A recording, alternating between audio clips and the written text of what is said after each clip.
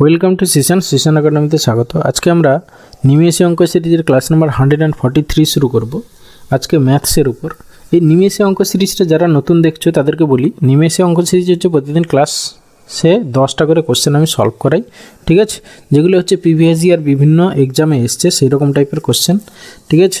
এইগুলো সলভ করার উদ্দেশ্য হচ্ছে গিয়ে প্র্যাকটিস আর কি। ম্যাথস এবং জিআই রেগুলার বেসিসে যদি তুমি প্র্যাকটিসের মধ্যে না থাকো তাহলে ভুলে যাবে। সেই জন্য রেগুলার বেসিসে আমি ডেইলি তোমাদেরকে প্র্যাকটিস 10টা করে অঙ্ক হলেও তুমি 10 দিনে দেখবে 100টা অঙ্ক সলভ করতে পারবে, ঠিক আছে?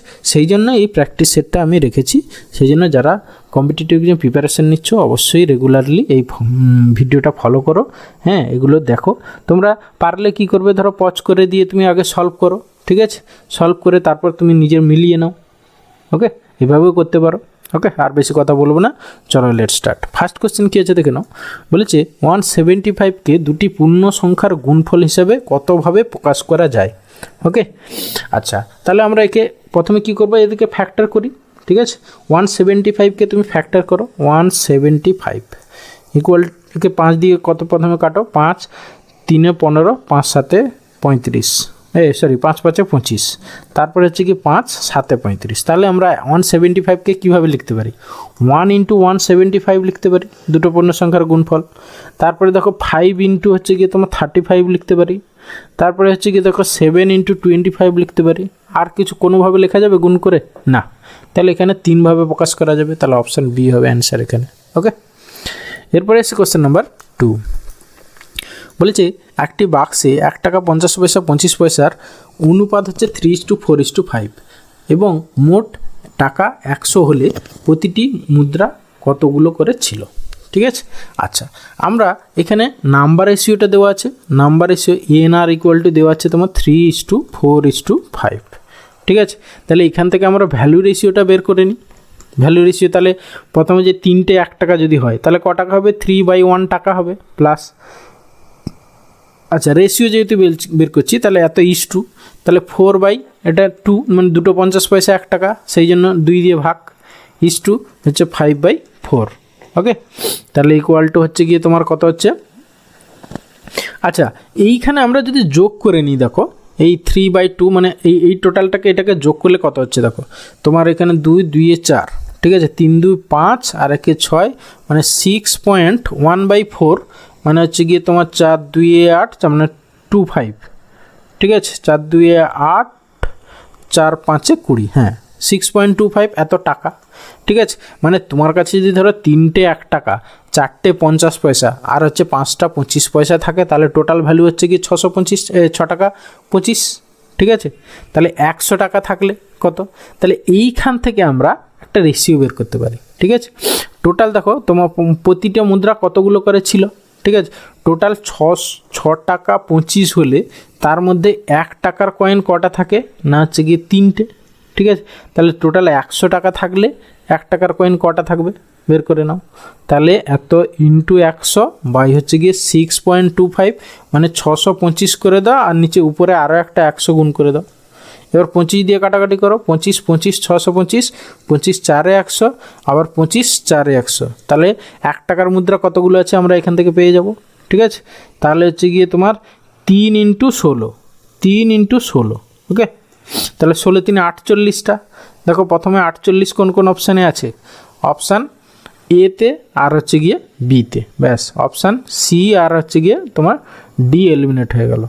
এরপরে দেখো সিমিলারলি একই ওয়েতে, হ্যাঁ, সেখানে দেখো এটা হচ্ছে গিয়ে এই যে 3 গুণ করে দেবো, 3 গুণ করে দেখো এই যে 3:4:5 ছিল, তাহলে 16-র সঙ্গে 3 গুণ করলে আমরা 1 টাকার মুদ্রা পেলাম। তারপরে 4 ইন্টু 16 মানে 1 টাকার মুদ্রা হচ্ছে 3 ইন্টু 16, 50 পয়সার মুদ্রা হচ্ছে গিয়ে 4 ইন্টু 16, আর হচ্ছে এটা হচ্ছে 5 ইন্টু 16 হবে। তাহলে হচ্ছে গিয়ে 16 3 48, আর হচ্ছে গিয়ে 16 4 64, আর হচ্ছে 16 5 80। এই হচ্ছে গিয়ে মুদ্রাগুলো কতগুলো করে ছিল। তাহলে অপশান এ হবে অ্যান্সার। ওকে, মানে আমি আরেকবার রিমাইন্ড করে দিই কীভাবে করলাম। যে নাম্বার রেশিও দেওয়া আছে, সেখান থেকে আমরা কি ভ্যালুতে কনভার্ট করে নিলাম, নাম্বারগুলোকে আমরা ভ্যালুতে পুরো কনভার্ট করে নিলাম, করে আমরা কত দেখলাম না 6 টাকা 25 পয়সা হচ্ছে, ঠিক আছে? যদি আমার কাছে 3টে 1 টাকা, 4টে 50 পয়সা আর 5টা 25 পয়সা থাকে, তাহলে মোট ভ্যালু হয় 6 টাকা 25 পয়সা। ঠিক আছে, তাহলে সেইখান থেকে তাহলে 6 টাকা 25-এর মধ্যে 1 টাকার কয়েন কটা থাকে? 3টে থাকে, তাহলে 100 টাকার মধ্যে কতগুলো থাকবে? 1 টাকা।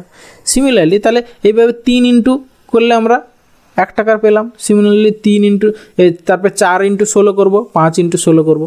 ওকে, এইভাবে। এরপরে এসে কোশ্চেন নাম্বার 3 বলছে একটি চিনির 150 গ্রাম দ্রবণে 20% চিনি আছে, ওই দ্রবণে আরও কত চিনি মেশালে নতুন মিশ্রণে চিনির পরিমাণ 25% হবে? ওকে, আচ্ছা, তাহলে আমরা প্রথমে হচ্ছে গিয়ে তোমার দ্রবণে কতটা চিনি কতটা জল আমরা বের করে নিই। দেখো তোমার হচ্ছে গিয়ে তোমার প্রথমে হচ্ছে 150-এর হচ্ছে 20%, কত হচ্ছে 20/100, 0 0 এ 0 এ 0, 15 দিয়ে 30, তাহলে 30 হচ্ছে চিনি। তাহলে জল কতটা হচ্ছে না হচ্ছে গিয়ে তোমার 150 থেকে 30 বাদ দিয়ে দাও, মানে হচ্ছে 120। ঠিক আছে, তাহলে হচ্ছে গিয়ে তোমার চিনি হচ্ছে গিয়ে 30, জল আছে গিয়ে 120। ওকে, এত গ্রাম বলেছে ওই দ্রবণে আরও কত গ্রাম চিনি মেশালে, আমরা জানি না, x গ্রাম চিনি মেশাতে হবে। তাহলে ইকুয়াল টু হবে গিয়ে বলছে নতুন মিশ্রণে চিনির পরিমাণ হবে গিয়ে 25%। তাহলে নতুন মিশ্রণে চিনির আর এর অনুপাত কত হবে? যদি চিনি থাকে 25 আর থাকবে কত না হচ্ছে গিয়ে 75, জল থাকবে 75, ব্যাস। এখান থেকে হচ্ছে এক্সের ভ্যালু বের করো, যা হবে সেটাই অ্যান্সার। 25 3 75, 3 40। ঠিক আছে, তাহলে এক্সের ভ্যালু কত পাচ্ছি আমরা? 10। ঠিক আছে, তাহলে ওই দ্রবণে আরও 10 গ্রাম চিনি মেশালে এই রেশিওটা, হ্যাঁ, চিনির পরিমাণটা 25% হবে, মানে অপশান এ অ্যান্সার। ওকে, এরপরে আসি কোশ্চেন নাম্বার 4 বলেছে এক ব্যক্তি 40 কিলোমিটার/ঘন্টা বেগে এক স্থান থেকে আরেক স্থানে গিয়ে তার গতিবেগ 50% বৃদ্ধি করে ফিরে আসে, সমগ্র যাত্রাপথে ওই ব্যক্তির গড় গতিবেগ কত? আচ্ছা, যাওয়ার সময় তার স্পিড কত ছিল না হচ্ছে গিয়ে 40 কিলোমিটার/আওয়ার। ওকে, আসার সময় তার স্পিড কত হয়েছে না 50% বৃদ্ধি করে ফিরে এসছে, তাহলে 40 ইন্টু 150/100। ওকে, দুটো শূন্য কেটে গেল, এটা 15 4 60, তাহলে আসার সময় তার স্পিড হচ্ছে 60 কিলোমিটার/আওয়ার।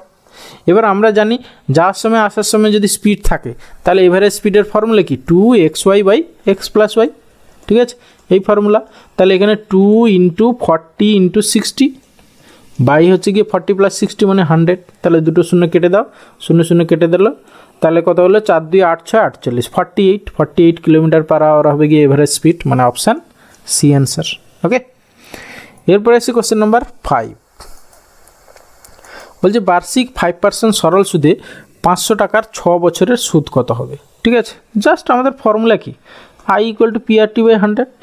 ঠিক আছে, পি হচ্ছে গিয়ে 500 ইন্টু হচ্ছে গিয়ে আর হচ্ছে গিয়ে 5, টাইম হচ্ছে গিয়ে 6 বাই হচ্ছে গিয়ে 100, ব্যাস। এটা হচ্ছে গিয়ে 5, তাহলে হচ্ছে গিয়ে 5 5 25 6 150 টাকা হচ্ছে গিয়ে ইন্টারেস্ট, মানে অপশান বি অ্যান্সার। ওকে, এইটা দেখো এই খাতা পেন না ইউজ করেও করতে পারতে, সেটা আমি শেখাচ্ছি। দেখো খাতা পেন আমি ইউজ না করে মুখে মুখে দেখো তোমার 6 বছরে 5% হারে সে সুদ কত পাবে? 30%, 6 5 30% সুদ পাবে। ঠিক আছে, এবার তার কাছে আসল হচ্ছে গিয়ে তোমার কত? 500 টাকা, মানে সেই 100%-এর ভ্যালু হচ্ছে গিয়ে তোমার এখানে 500 টাকা। ঠিক আছে, তাহলে 30%-এর ভ্যালু কত হবে? 100 সঙ্গে কত গুণ করলে 500 হচ্ছে? ইন্টু 5, তাহলে এর সঙ্গেও 5 গুণ করে দাও, ইন্টু 5 মানে 5 3 15, মানে 150 টাকা। এইভাবেও মুখে মুখে করতে পারতে।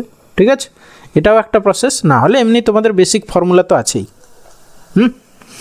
এরপরে এসে কোশ্চেন নাম্বার 6 বলেছে এক ফল বিক্রেতা 10 টাকা দিয়ে 11টি লেবু কিনে 11 টাকায় 10টি লেবু বিক্রয় করলেন, তার কত % লাভ বা ক্ষতি হলো?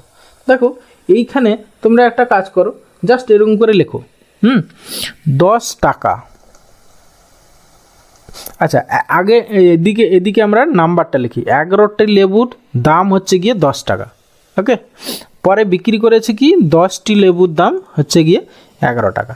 ওকে, এবারে কোনাকুনি গুণ করো, এর সঙ্গে। এবার কেনা দামের সঙ্গে গুণ করে যেটা পাচ্ছ সেটা হচ্ছে গিয়ে সিপি। দেখো 10টা ছিল কেনার দাম, তার সঙ্গে গুণ করে আমরা কত পেলাম? 100, তাহলে সিপি = তোমার পেয়ে গেলে 100 টাকা।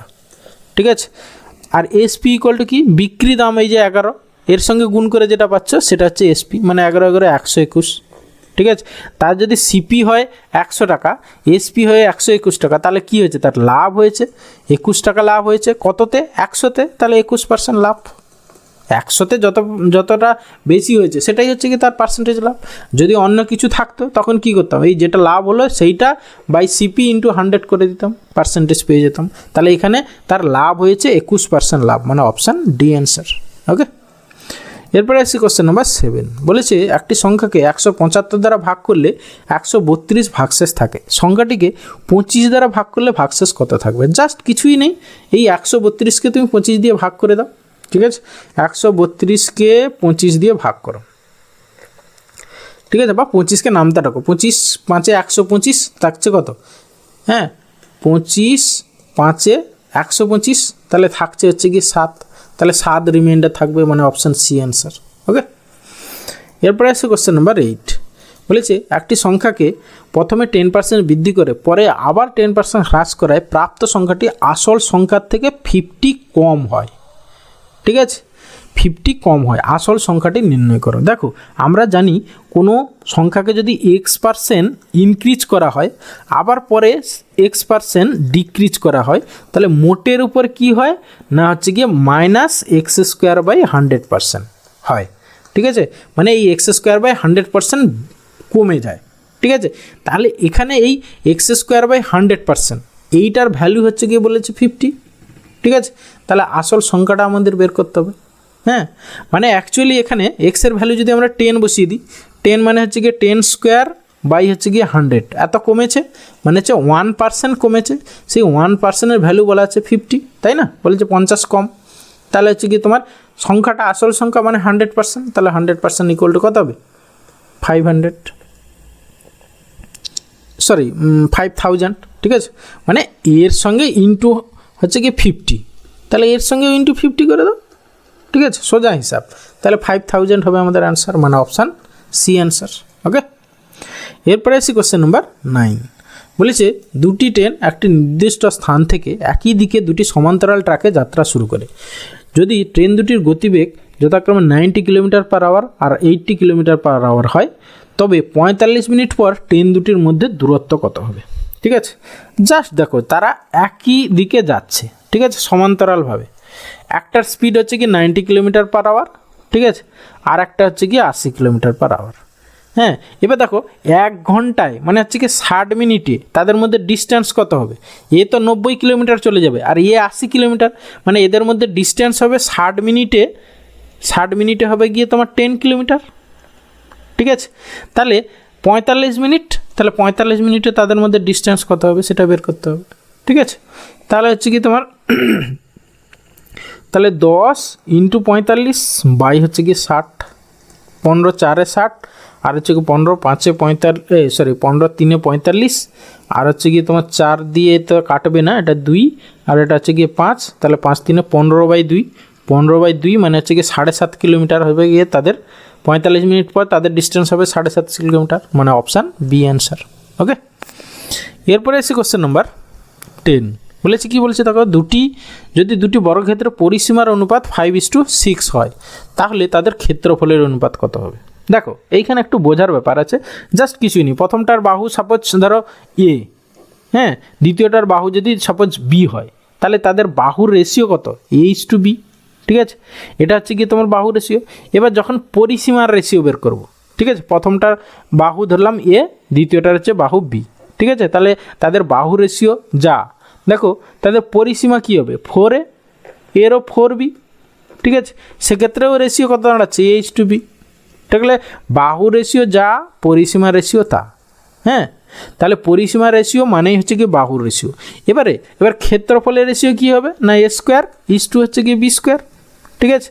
তাহলে এখানে A:B আমাদের দেওয়া আছে কত? 5:6 দেওয়া আছে, তাহলে A² B² বের করবো, ঠিক আছে, সেটা হবে ক্ষেত্রফল। A² মানে হচ্ছে কি তোমার 25 B² মানে হচ্ছে কি 36, তাহলে তাদের ক্ষেত্রফলের অনুপাত হবে 25:36, মানে অপশান সি অ্যান্সার।